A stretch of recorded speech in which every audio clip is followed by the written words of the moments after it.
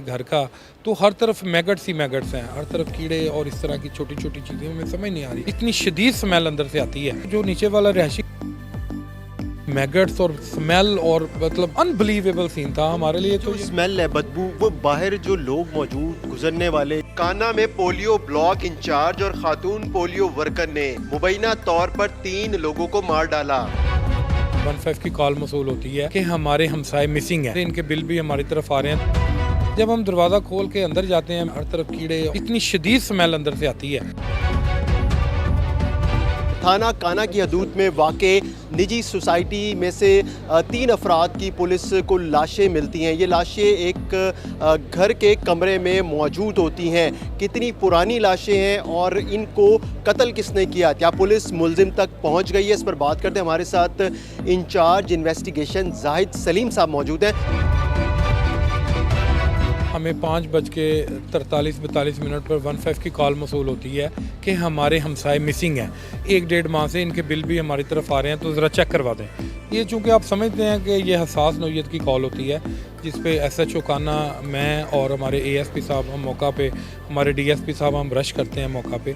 जब जाके हम इब्तदाई मालूमात लेते हैं तो वो कहते हैं कि जी हम बेल वगैरह दे रहे हैं सुबह से, लेकिन कोई बंदा नहीं आ रहा। फिर हमने पुलिस को इन्फॉर्म किया। जब हम दरवाज़ा खोल के अंदर जाते हैं मेन घर का, तो हर तरफ मैगट्स ही मैगट्स हैं, हर तरफ कीड़े और इस तरह की छोटी छोटी चीज़ें हमें समझ नहीं आ रही। इतनी शदीद स्मेल अंदर से आती है। जो नीचे वाला रहायशी कमरा खोलते हैं तो वहाँ से एक आप कह लें कि बड़ा शदीद फ्लो पंजेंट स्मेल का आता है, ना काबिल बर्दाश्त, ना काबिल बयान। जब हम देखते हैं तो बेड के नीचे एक 70-75 साला मर्द की औंधी मुँह लाश पड़ी हुई है, जो कि तकरीबन गल सड़ गई है। हमारे ASP साहब और डिप्टी साहब कहते हैं आप ऊपर वाला पोर्शन भी देखें।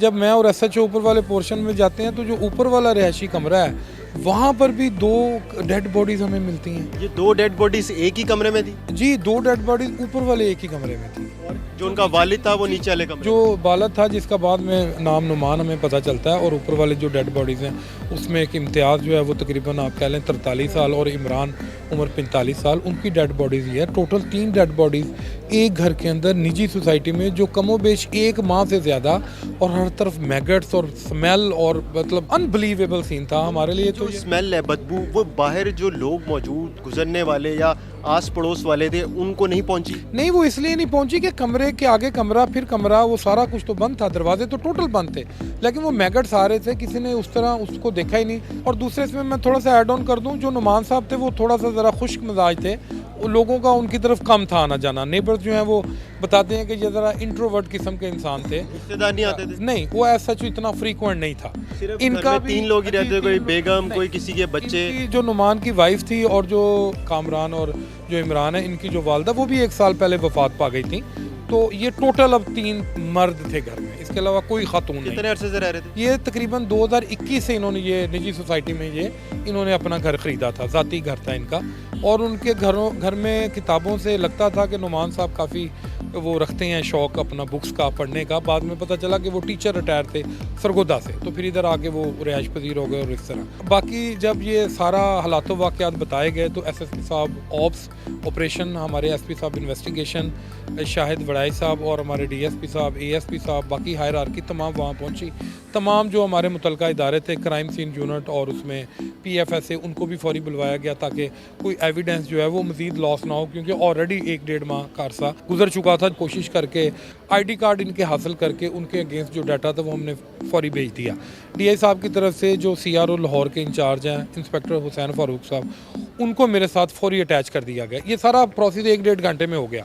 हमने तमाम टेक्निकल असिस्टेंस अपने ऑफिस DI साहब से ली, तो तकरीबन आप ये देखें कि हमने ये तमाम चीज़ों को कोरोबरेट करके कुछ 4-5 घंटों के अंदर अंदर हम इस पोजीशन में आ गए थे कि हमें कोई सिमत नज़र आना शुरू हो गई कि ये हुआ क्या है। बेसिकली अल्लाह पाक ने हमें, हमारा जो प्राइम सस्पेक्ट था, हम उसको पकड़ने में कामयाब। मुलजिम का ताल्लुक कहाँ से है, उसने क्यों कत्ल किया, तनाज़ा क्या था, और मुलजिम के साथ कोई इसकी साथी खातून मुलजिमा भी शामिल है? ये बेसिकली जब इसको हमने लिफ्ट किया, इससे पूछगिछ की, हमने तफ्तीश तहकीक की, तो इसने बताया कि 2009 से हम एक गवर्नमेंट के अदारे में कॉन्ट्रैक्टर के तौर पे काम कर रहे थे, दोनों इकट्ठे। उसमें ये मैनेजर के तौर पे था और वो इसका असिस्टेंट था। वहाँ से इनकी शनाख्त हो गई 2009 से।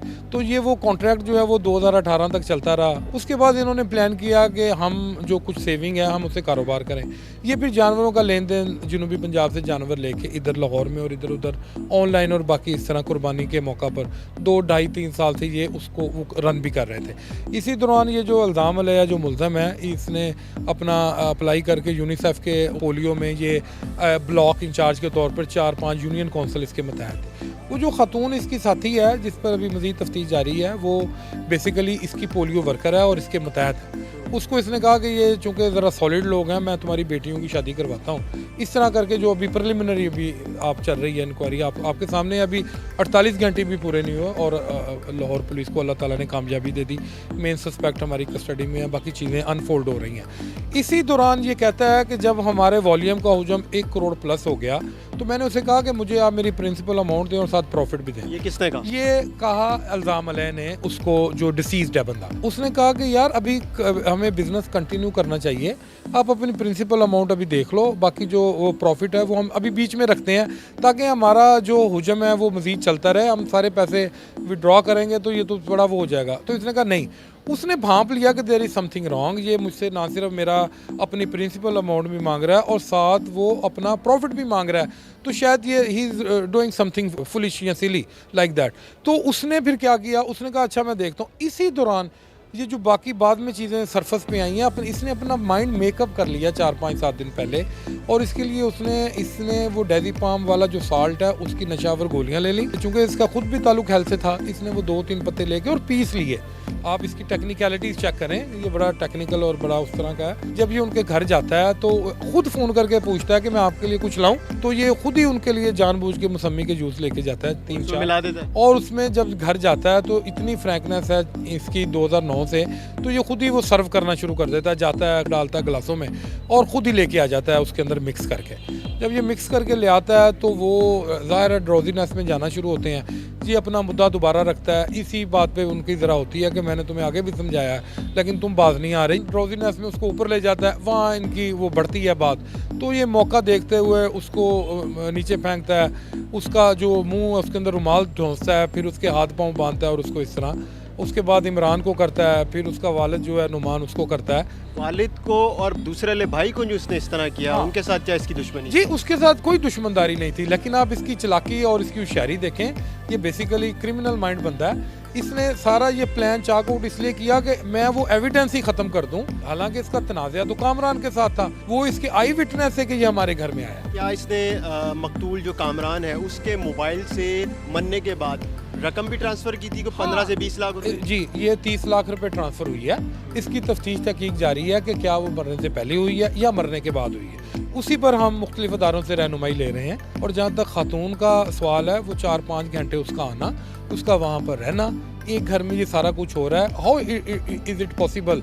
She is totally oblivious about this episode. इसकी अलहदगी हो गई है अपने खामन से, तो ये उसको कुछ चकमा दे रहा था कि मैं तुम्हारी बच्चियों की शादी करवाता हूँ। ये अमीर लोग हैं, अपनी इनकी प्रॉपर्टी है, ठीक लोग हैं, जेंटल लोग हैं, लाइक दैट। मकतूलीन जो है उनके कत्ल का मुकदमा किसकी मदद में दर्ज हुआ है? ये पुलिस उनके भाई- स्टेट नहीं- बनी या नहीं- कोई और? नहीं, उनके भाई को बकायदा वो बुलवाया गया। उनके भाई बहुत बड़े फिजिशियन हैं सरगोदा के, तो उस वजह से थोड़ी सी हमें उनको ट्रेस आउट करने में, लेकिन अल्लाह का शुक्र है हमने उन तक वो मैसेज दिया और वो आए, उन्होंने वो सारा देखा मामला। जब नशा अबर जूस पिलाया गया तो उसके बाद तशद्दुद किया गया, किसी पिस्टल का इस्तेमाल किया गया, छुरी के वार किए गए? नहीं, अपरेंटली जो PFSA ने चीज़ें गैदर की हैं और जो हमारे सामने चीज़ें आई हैं, उसमें तो इनके पाँव बांधना, हाथ बांधना और गले के इर्द गिर्द हमें रस्सा और रोप का मिलना पाया गया। इवन के जो नुमान था, बाप था जो नीचे वाले कमरे में था, उसके गले के इर्द गिर्द आज़ार बंद भी, उसी का आज़ार बंद जो है वो उसके गिर्द लपेटा गया।